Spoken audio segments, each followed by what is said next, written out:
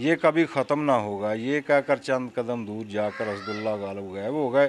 اس کے بعد حضرت خواجہ اپنے بیل کے ہمراہ گاؤں کی طرف روانہ ہو گئے۔ گاؤں جا کر کچھ عرصہ تک آپ غلہ فروخت کرتے رہے۔ کئی ماہ مسلسل غلہ فروخت کرنے کے بعد بھی وہ غلہ ختم ہونے کو نہ آیا۔ ساتھ ساتھ حضرت خواجہ میاں محمد سعید صاحب کے دل میں اس گھوڑا سوار کو دوبارہ ملنے کی خواہش بڑھتی رہی۔ آپ نے اپنے گھر والوں سے کہا کہ آپ مجھے اجازت دے دیں کہ میں اس گھوڑا سوار کو دوبارہ ڈھونڈوں اور اس فانی دنیا کو خیر بات کہوں۔ والدہ صاحبہ نے فرمایا کہ اس غلے کو ختم کر دو، پھر آپ کو میری طرف سے اجازت ہے۔ چنانچہ آپ نے غلے کو چھٹ سے باہر نکال دیا، غلہ ختم ہو گیا۔ بعد میں آپ اپنے گھر والوں سے رخصت ہو کر اسی جنگل میں جہاں آپ کے بیل کی ٹانگ ٹوٹی تھی وہیں واپس آ گئے اور اسداللہ غالب علی کل غالب علی مرتضیٰ شیر خدا کو تلاش کرنے میں مصروف ہو گئے۔ حضرت خواجہ محمد سعید صاحب جب جنگل میں تشریف لائے تو آپ کی زبان پر لفظ علی علی کا ورد تھا۔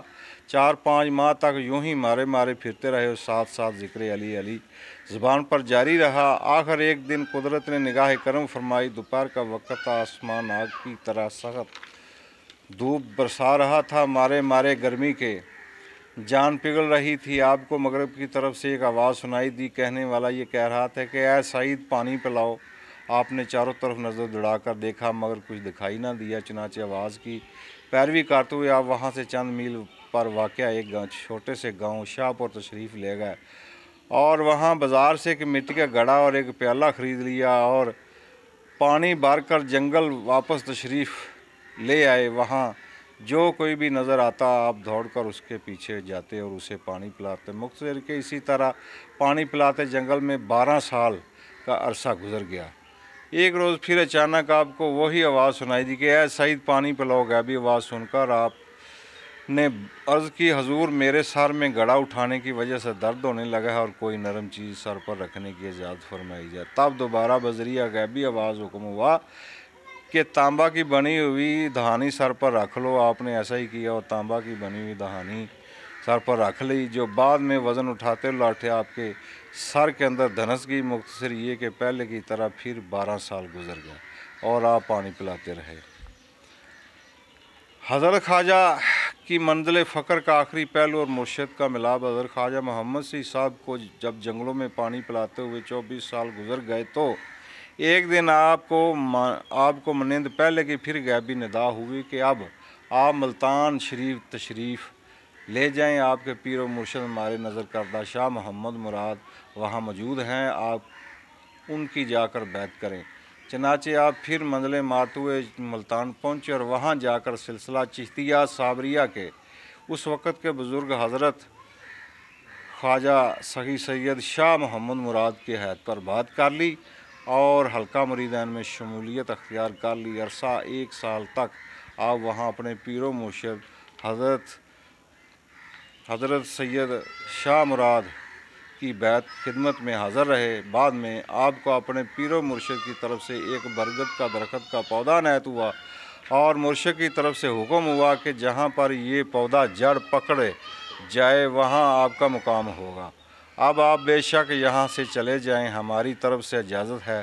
چنانچہ آپ وہاں سے چل پڑے اور اپنے آبائی گاؤں مانگا میں دوبارہ تشریف لے آئے۔ اپنی والدہ کی زیارت سے مشرف ہوئے، البتہ آپ کے پیر و مرشد کا دیا ہوا برگد کا درخت کا پودا وہاں جڑ نہ پکڑ سکا اور وہاں سے آپ پھر موضع فیض پور کلاں کے نزدیک گاؤں جس کا نام دھوپ سڑی تھا یہاں کر قیام پذیر ہو گئے۔ عرصہ 2 سال تک یہاں رہے لیکن برگد کے درخت کے پودے نے یہاں بھی جڑ نہ پکڑی۔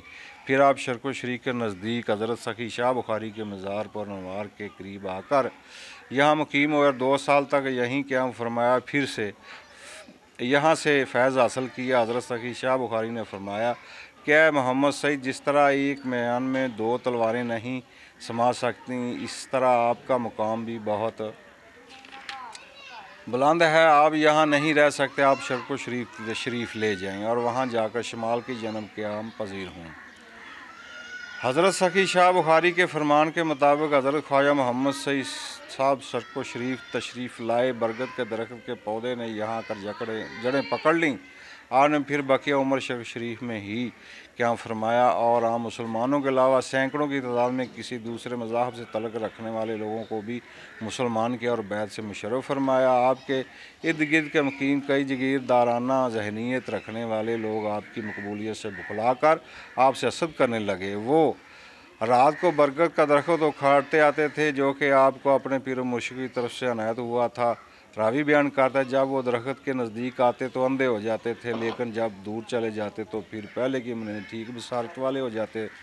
کئی دفعہ کتنوں نے ہی ایسی حرکت کی لیکن ناکام رہے، آخرکار انہیں آپ کی ولایت کا یقین ہو گیا۔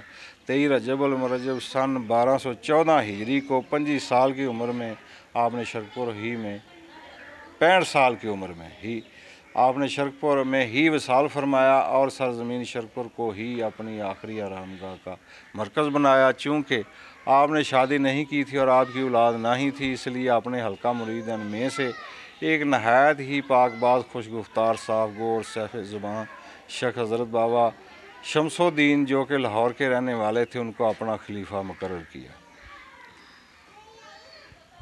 جی جناب، یہ سن میاں منور حسین چشتی صابری جڑا کہ شرکپور شریف ایک دربار عالیہ حضرت خواجہ میاں محمد سعید چشتی صابری رحمت اللہ علیہ وے انہوں دے حوالے دے نال سن دس رہے سن انہوں دی برادری انہوں دی شرکپور آمد کیڑے سن انہوں دا وصال ہویا اور انہوں نے کی کام سر انجام دیتے۔